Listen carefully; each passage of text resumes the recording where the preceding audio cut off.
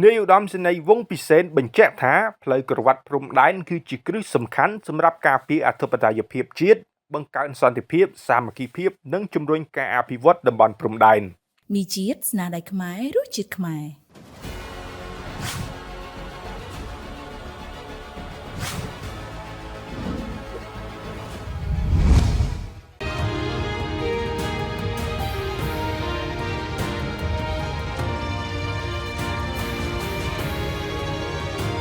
វិកាលឆ្លុះបញ្ចាំងពីឧត្តមភាព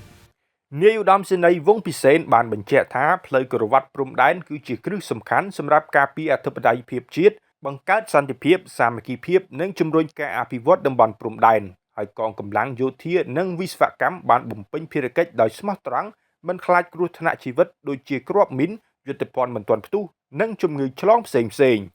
អាយុធមនាយឧត្តមសេនីយ៍វង្សពិសេសអគ្គមេបញ្ជាការកងយុទ្ធពលខេមរៈភូមិន្ទបានមានប្រសាសន៍បែបនេះក្នុងឱកាសអញ្ជើញដឹកនាំកិច្ចប្រជុំសំណេះសំណាលនិងត្រួតពិនិត្យការសាងសង់ផ្លូវក្រវ៉ាត់ព្រំដែននិងសំណង់ហេដ្ឋារចនាសម្ព័ន្ធយុទ្ធសាស្ត្រដោយមានការសម្របសម្រួលពីអាយុធមនាយឧត្តមសេនីយ៍ខ្វាន់សៀមអគ្គមេបញ្ជាការរងកងយុទ្ធពលខេមរៈភូមិន្ទនិងមេបញ្ជាការដ្ឋានវិស្វកម្មអគ្គបញ្ជាការកិច្ចត្រួតពិនិត្យនេះបានដឹកនាំទៅកាន់ទីតាំងសាងសង់នៅតាមខ្សែព្រំដែនក្នុងខេត្តមណ្ឌលគិរីរតនគិរីនិងស្ទឹងត្រែងជាពិសេសតាមរយៈកងឯកភាព8កងនៃបញ្ជាការដ្ឋានវិស្វកម្មដែលស្ថិតក្នុងតំបន់ស្រុកអូរាំងពេជ្ជដាមណ្ឌលគិរីអូយ៉ាដាអណ្ដូងមាសតាវែងវើនសៃរតនគិរីនិងស្រុកសៀមប៉ាងស្ទឹងត្រែងអាយុធមវង្សពិសេសបានថ្លែងនៅការកោតសរសើរនិងវាយតម្លៃខ្ពស់ចំពោះស្មារតីតស៊ូលះបង់កម្លាំងកាយចិត្តនិងជំនះគ្រប់ឧបសគ្គប្រកបដោយវីរៈភាពអង់អាចក្លាហានរបស់កងកម្លាំងនៃកងយុទ្ធពលខេមរៈភូមិន្ទនិងនគរបាលជាតិដែលបានអនុវត្តកិច្ចយាមល្បាតផងថែរក្សាសន្តិសុខសណ្ដាប់ធ្នាប់សង្គមផងព្រមទាំងកសាងផង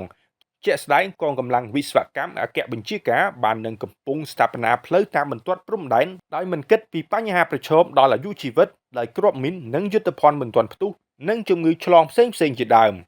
ជាពិសេសសមិទ្ធផលការងារខណ្ឌសីមាបោះបង្គោលព្រំដែននិងផ្លូវក្រវ៉ាត់ព្រំដែនគឺពិតជាដៃគូដែលមិនអាចខ្វះបានការពារគ្នាទៅវិញទៅមកដែលផ្លូវនេះស្របតាមខ្សែបណ្ដោយព្រំដែនប្រជាពលរដ្ឋទាំងសងខាងបានស្គាល់ច្បាស់អំពីទឹកដីរបស់ខ្លួនដោយមានបង្គោលជារបងនិងកាន់តែមានជំនឿទុកចិត្តលើរាជរដ្ឋាភិបាលដោយបានមកតាំងលំនៅឋានជាបន្តបន្ទាប់ជាប់ខ្សែព្រំដែនបង្កើតបានជាភូមិឃុំយុទ្ធសាស្ត្រលើពីនេះសមិទ្ធផលបង្គោលនិងផ្លូវក្រវ៉ាត់ព្រំដែនបានរួមចំណែកក្នុងការបើកច្រកទ្វារព្រំដែននានាជាបន្តបន្ទាប់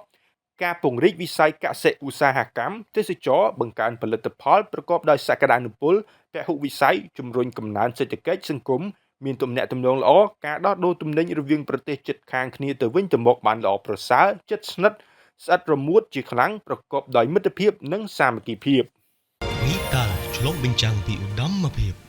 មួយខ្ញុំឥឡូវសួរហៅតែមីជាតិឆាសុតមន់ទេយាយម៉ាន